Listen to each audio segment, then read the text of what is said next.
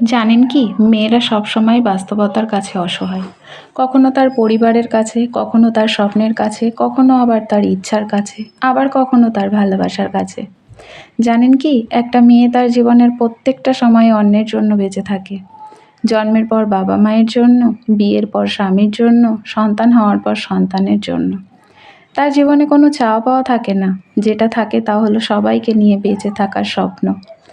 মেয়েরা পারে না তার ইচ্ছা মতো চলতে, পারে না তার ছোট ছোট স্বপ্নগুলোকে পূরণ করতে, পারে না কাউকে ভালোবেসে সুখে থাকতে। যদি বাবা মায়ের কথা মতো চলে তাহলে সে খুব ভালো মেয়ে, আর যদি বাবা মায়ের অবাধ্য হয়ে চলে তাহলে সে খুব খারাপ। ভালোবাসার মানুষের হাত ধরে চলে গেলে ভালোবাসার মানুষটির কাছে সে খুব প্রিয়, অথচ তার কাছে না গিয়ে যদি পরিবারের কথা মতো চলে তাহলে সে বেঈমান, স্বার্থপর। শুধুমাত্র একটা মেয়েই জানে এই সমাজে চলতে হলে তাকে কতটা বাস্তবতার সাথে যুদ্ধ করতে হয়।